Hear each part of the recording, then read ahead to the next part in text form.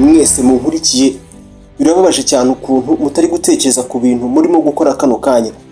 Sinzi niba namwe mwarabibonye, n'isi dusa n'ababayeho mu mukino. Ubwo numvaga ikiganiro mu gitabo cy'amajwi audio cyavugaga ku biganiro hagati y'abandi cyangwa se hagati y'abantu, ibyitwa negotiation, nibwo numvaga ko uwavugaga yakomezaga gusubiramo ijambo rigira riti umukino, amategeko y'umukino. Ubuzima tubamo buragoye kandi uko bugenda bucya burushaho gukomera no kuba amayobera akaze. Iyo ucunze nawe ntumenye watakariye.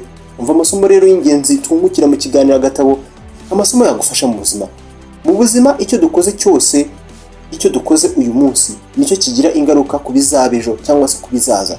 Umukino, uko ubaho ibintu nk'izina ryawe, icyizere abandi bakugirira, kutabogama kwawe uzabirinde, kuko ni intwaro zikomeye cyane ku buzima bwa muntu. Abantu benshi bizera ibintu nkanjye, aho byose tubikora tuvuga tuti ibintu ni bibiri, ndaza guhomba cyangwa se ndaza kunguka. Kenshi tuzirengagiza ko uko tuzakorana n'abandi ariko umusaruro ubundi uzaba mwinshi.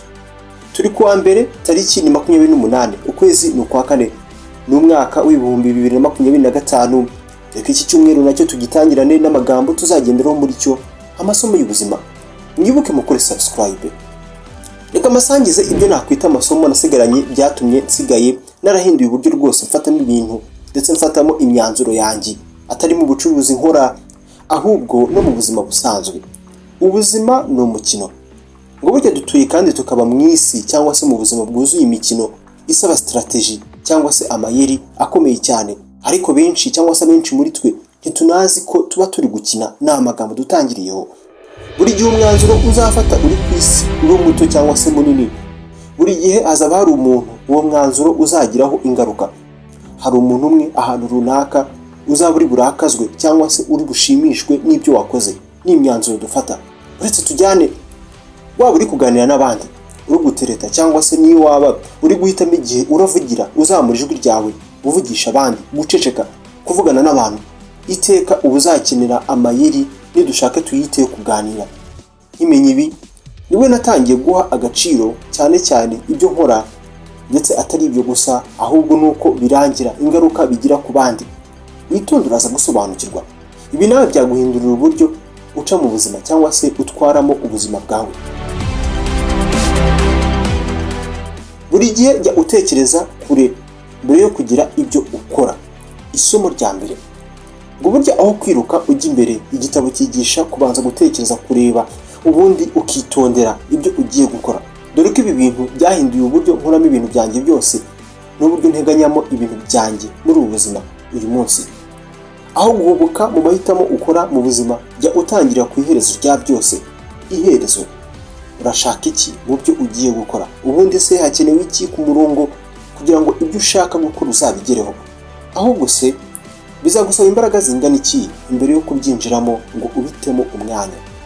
Bizaba bimeze nko gukora ibintu kinyuma usubira inyuma, ibyitwa backward induction. Nutangira gukora ibi, ntuzongera gutakaza imbaraga z'ubusa mu buzima, ntuzongera gutakaza imbaraga ku bintu bidafite icyo bimaze, n'inzira zitagize cyangwa se zitazagira aho zikugeza, inzira zitazakugeza ku byo ushaka cyangwa se ibyo wifuza. Inzira nziza wakoresha igihe cyose ushaka gutegura ibikorwa byawe, igihe cyose mu hazaza habyo ubonamo inzitizi cyangwa se harimo inzitizi, igihe cyose ubona ko udashaka kuzata umwanya gutekereza mbere ku iherezo ry'ibikorwa byawe, ni inzira nziza rwose yagufasha. Rimwe na rimwe mu buzima ni byiza guhindura umukino igihe cyose ushaka kuwutsinda. Ni isomo rya gatatu. Abacuruzi bashobora guhindura amategeko bagenderaho kubo bahanganye mu bucuruzi babinyujije mu guhindura amasoko yabo, market strategy. Umuntu ashobora kuba acuruza ibicuruzwa runaka nk'ibyawe yaragutanze mu mukino, ubwo ni ubucuruzi nyine. Rimwe na rimwe bizagusaba gucuruza ibitandukanye nawe cyangwa se n'ibye kugira ngo utsinde umukino nyine wa business. Umva icyo byanyigishije. Ibi ni nako bimeze mu buzima. Ubuzima niba bitari kugenda neza, ntibizaba bibuze kuva ku bintu. Rimwe na rimwe bizagusaba guhindura aho uba, ibyo urimo ndetse n'ibyo ukora, uburyo ubikoramo, gukora andi mahitamo, ndetse rimwe na rimwe bizagusaba guhunga kure, ujya kure y'abandi. Ngize imbaraga benshi batazi ko bafite. Ukwiye gutangira kureba ibisitaza mu buzima bwawe mu buryo butandukanye, aho kwibaza ngo mbese ndabicamo nte. Ujye utekereza neza urebe ko haba hari igihe ahari hari undi mukino wakabaye kuba uri gukina atari uwo nguwo, ukaba uri mu mukino utari uwa nyawo. Kane, rimwe na rimwe kuva ku bintu bizakubera ingabo nziza igukingira nubikoresha neza. Mu bitubaho rimwe na rimwe kwerekana ko ikintu ntacyo twagikoraho bishobora kutugeza ku mbaraga z'agatangaza. Rimwe na rimwe ni ngombwa kwereka abantu ko hari umurongo tutarenga. Ibi buri gihe bizereka abandi uko bagomba kukwitwaraho cyangwa se kugufata. Tekereza nawe impamvu abantu bubaha cyane babandi bihagararaho kuruta bigira ibigoryi. Impamvu yisha aho ngaho. Gatandatu, ntutinde cyane ku cyo uri bukore, jya utinda ku byo abandi bari gutekereza ko uri bukore. Ijambo rikomeye. Ubundi ikibazo ntabwo bari ibyo ushaka gukora, ahubwo abandi bantu bizeye ko urabagenza ute, urakora ute.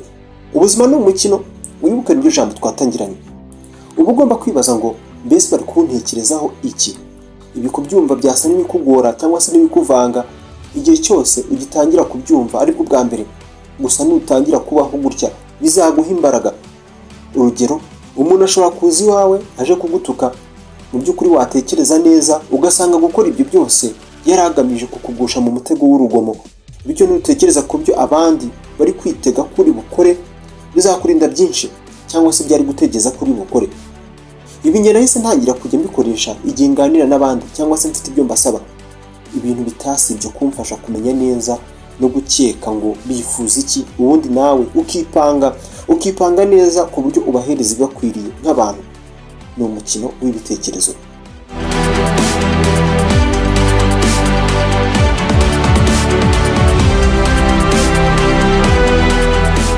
Karindwi, rimwe na rimwe gukorana n'abandi bizakugeza ku byiza, bizakubera byiza kuruta guhangana nabo iyo byaba ari mu irushanwa. Akenshi ubufatanye buzaganisha ku byiza bidasanzwe. Nushaka ubyite byinshi, ahubwo mu buzima icyo ukoze uyu munsi nicyo kigira ingaruka ku bizakuba h'ejo. Ni umukino. Uko ubaho ibintu nk'izina ryawe, icyizere, kutabogama kwawe uzabirinde, kuko ni intwaro zikomeye cyane ushobora kugira mu isi y'abazima. Icyizere bakugirira, izina ryawe, ibyo bakuzeho. Hari abantu benshi bizera ibintu nkanjye, aho byose tubikora tuvuga tuti ibintu ni bibiri, ndaza guhomba cyangwa se nunguke. Nyamara naje kwiga ko ushobora gukorana n'abandi ukunguka byinshi birenze n'ibyo wari bwunguke uri umwe. 8, niyo waba ntacyo wakoze bishobora kukugirira umumaro igihe cyose wabikoresheje neza. Burya hari imbaraga zihishe mu kwifata. Rimwe na rimwe uzasanga ko ubuzima cyangwa se mu buzima icyiza ari uko wakwifata, ntugire icyo ubikoraho, ugategereza igihe cya nyacyo, gutegereza igihe nyacyo. Twarabivuze ko buriya burya bategereza bihanganye nibo bagerwaho na bya bindi byiza byose mu buzima bose babuze mu buzima. Ikibazo kizaba ari kimwe, ese utegereje wihanganye nk'inzira yo kwiga amayeri y'ubuzima cyangwa se n'ubwoba? Yewe nahoze ndi umuntu upfa gukora ibintu mbubutse, nsubiza abantu vuba nta gutekereza. Nibwo naje gusanga ko nkeneye kujya ntekereza mbere ya byose, ugatekereza koko niba ari cyo gihe nyacyo ngo ugire icyo ubikoraho, cyangwa se kwihangana ugategereza niba ari byo ukeneye gukoresha nk'ikarita.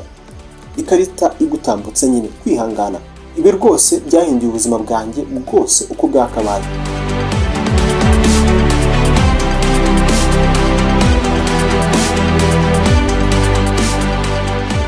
Icyitonderwa, menya neza ko utari kwitiranya gutinda kugira icyo ukora ku bintu runaka kubera ubwoba ubifitiye, ubyitiranye no kwihangana, kuko ingaruka ntizizaba zimwe.